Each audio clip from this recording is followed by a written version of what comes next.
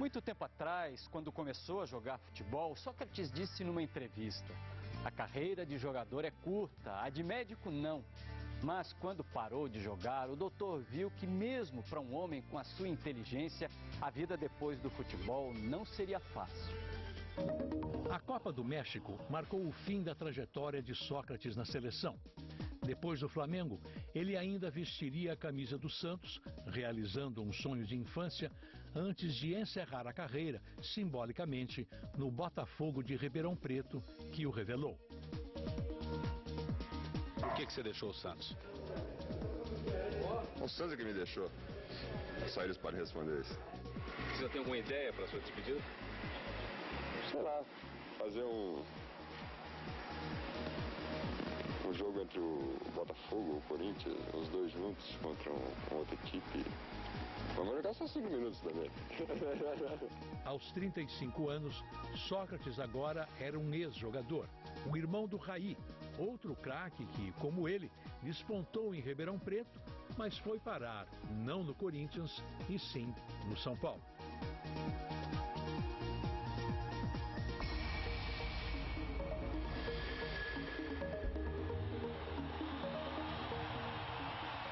Tem passagem também, eu ainda no Botafogo, mas já bem, já como capitão do Botafogo. Teve um pênalti no último minuto, assim, ele foi assistir com meu pai. Eu peguei a bola para bater e aí meu pai falou assim: não, por que ele faz isso? Para que arriscar, não sei o que. Aí ele, aquele jeito dele, né? Aí acho que ele teve orgulho também de eu pegar a bola lá com 21 anos, né? Ele falou: não, tem que bater, pode que errar, tem que ser ele que tem que bater, né? Se ele quer ser alguma coisa, quer ser grande também, tem que assumir esses momentos, né? Então acho que ali ele se viu também, ele começando, e acho que ele sentiu orgulho também do irmão mais novo, não só estar começando a se destacar, mas também de ter uma postura que ele tinha frequentemente. Nos tempos de jogador, Sócrates sonhava exercer a medicina depois dos gramados. Isso nunca aconteceria. Ele descobriu outros interesses, escreveu peças de teatro, gravou 3 CDs, fez parte de um cineclube que exibia filmes gratuitos em Ribeirão Preto e se arriscou até como pintor.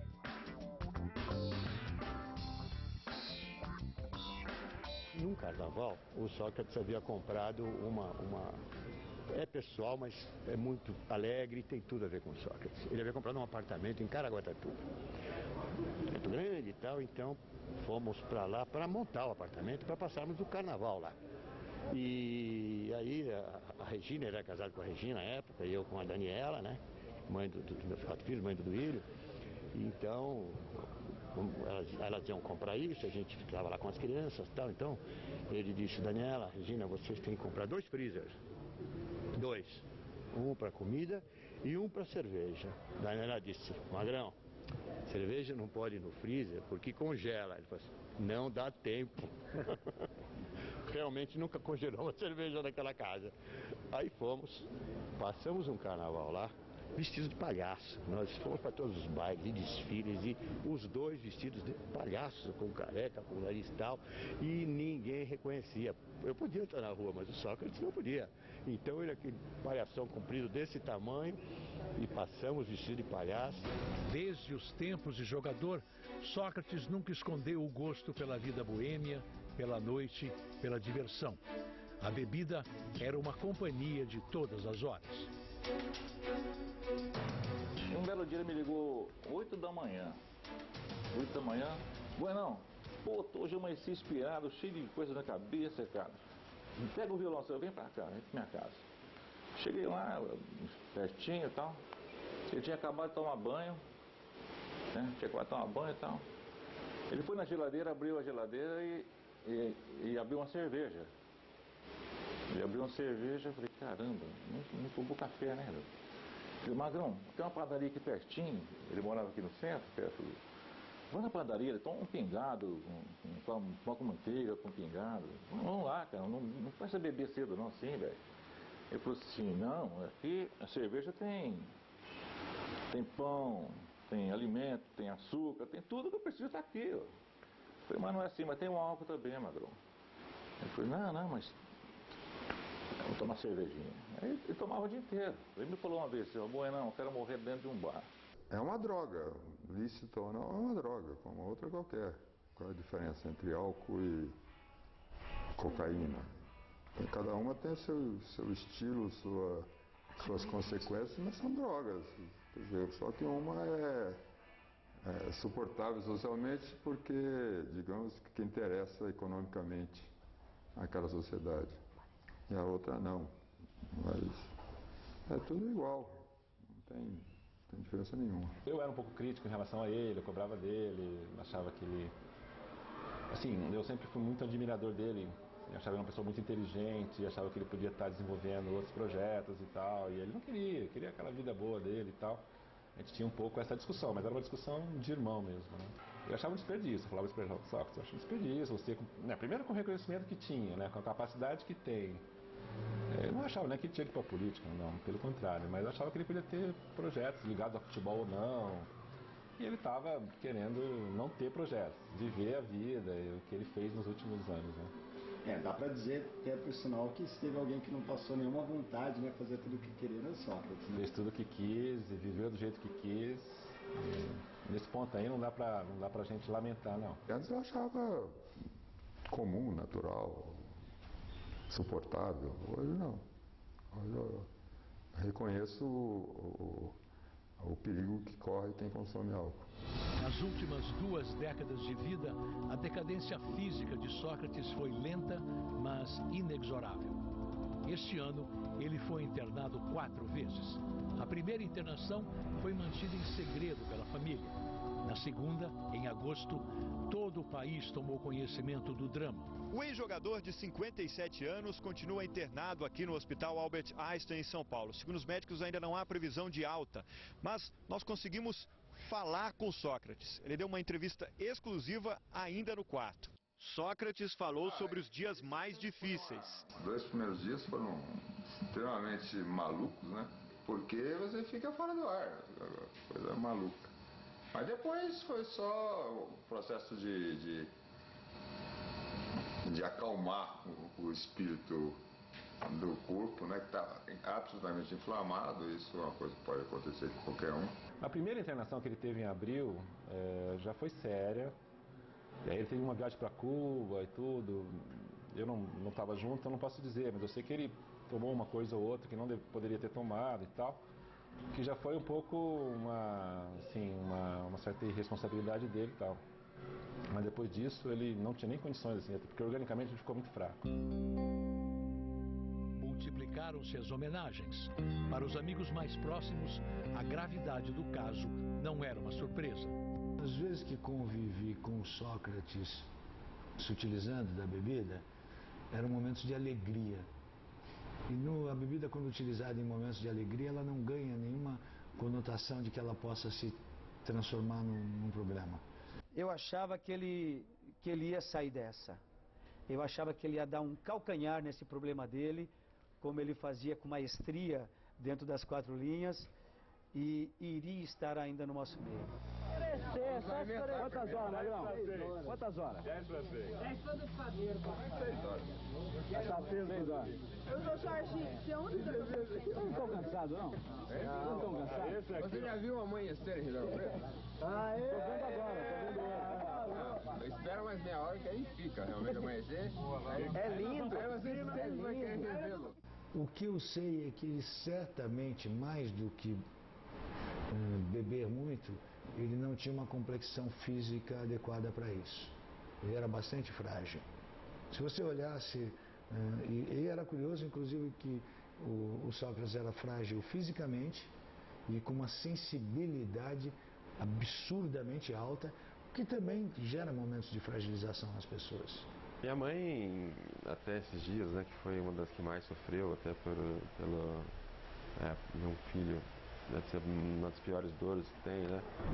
Ela mesmo assim, no momento de tentar se confortar, era isso, quer dizer, que ele viveu o que ele vivia, acho que viveu a liberdade, né, que ele pregava para as pessoas, liberdade de expressão, né, democracia, liberdade política, liberdade de expressão, liberdade de opinião, liberdade de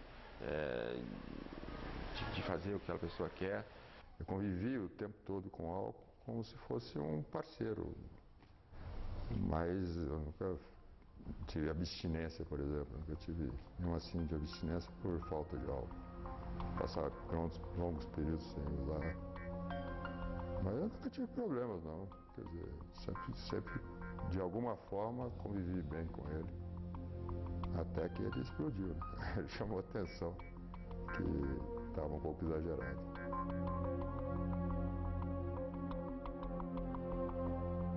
A quarta internação seria a última. Sócrates morreu na madrugada do dia 4, domingo, no Hospital Albert Einstein, em São Paulo. Nem a tardia abstinência bastou para salvar seu corpo fragilizado.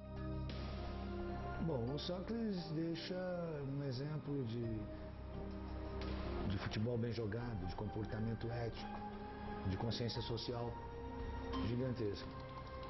Coisas que sempre fazem falta, porque todos os dias você tem que incentivar o futebol a ser bem jogado, o comportamento a ser ético e a consciência social. Então tudo que ele deixa é tudo que continua fazendo falta e espero que as pessoas usem esse exemplo para praticar. A hora que começa a bater a saudade, porque a gente se afastou. A vida nos afastou, a gente nunca brigou, a gente nunca discutiu, a gente sempre esteve próximo politicamente, sempre partilhou das mesmas ideias, dos mesmos ideais, mas nos afastamos. E eu, nesse momento eu estou triste e sentindo muita pena de não ter me aproximado mais, ou de ele ter se aproximado, sei que até nesse final eu acabei não chegando para dizer o que eu queria dizer, porque a gente não acreditava que fosse terminar assim, né? Vai melhorar, foi a primeira vez saiu, a segunda vez saiu, a terceira vez vai sair também, mas gostaria, quando a gente perde alguém, a gente se arrepende de não ter dito um pouco mais, eu te amo, eu gosto de você. Sócrates casou 4 vezes e teve 6 filhos, todos homens.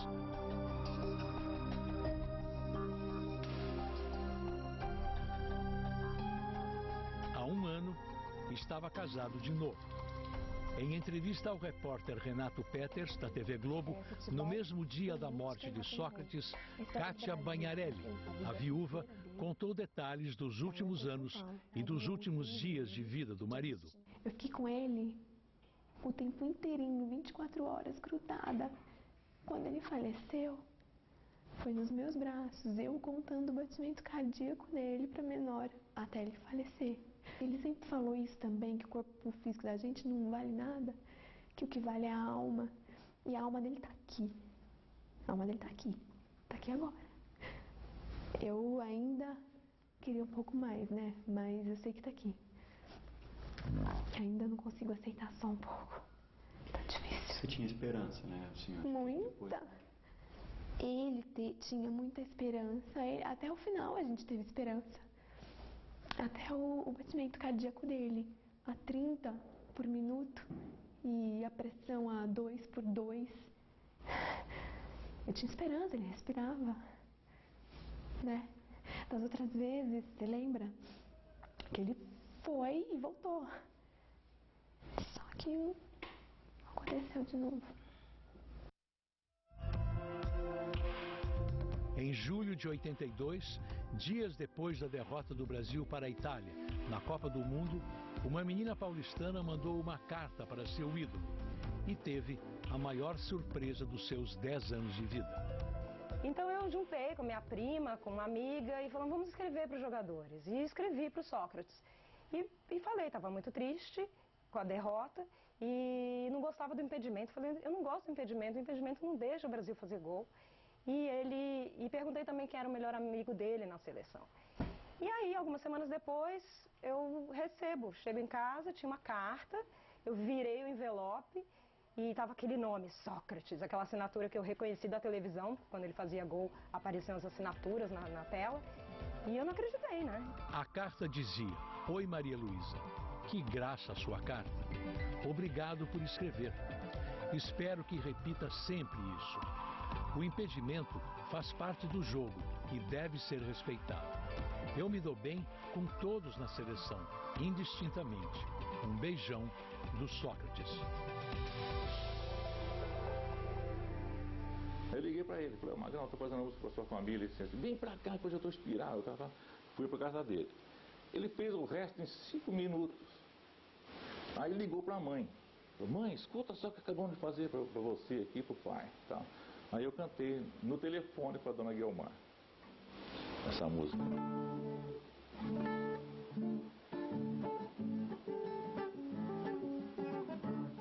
Lá do norte eles vieram fincar raiz por aqui. De lá trouxeram Sócrates, aqui terminou com raiz. Começou com nome grego, como Sófocles, Vieirinha na bagagem, aqui ficaram de vez. Ribeirão os acolheu e depois veio Raimar, cujo nome é a soma de Raimundo e Guiomar. Parabéns, seu Vieira, parabéns, dona Guiomar. Nosso céu encheu de estrelas, todas elas a brilhar. Parabéns, seu Vieira, parabéns, dona Guiomar. Nosso céu encheu de estrelas, todas elas a brilhar.